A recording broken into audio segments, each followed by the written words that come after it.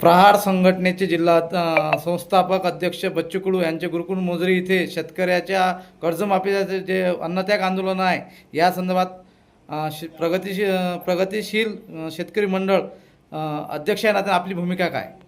आमची भूमिका आहे की आम्ही शेतकरी पुत्र आहोत.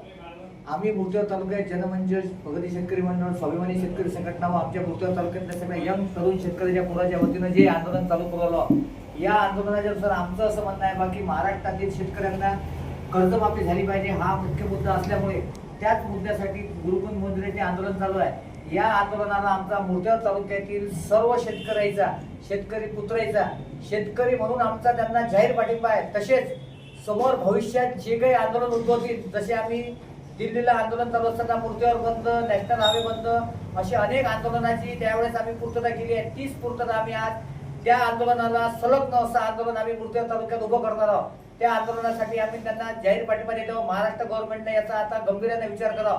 आतापर्यंत आम्ही शेतकऱ्याचे 5000 कर्जमाफीचे फॉर्म मुख्यमंत्री कार्यालयामध्ये पोहोचवले आहे व येणाऱ्या काळात आम्ही आता सुप्रीम कोर्टात जाण्याची तयारी आमची झाली आहे.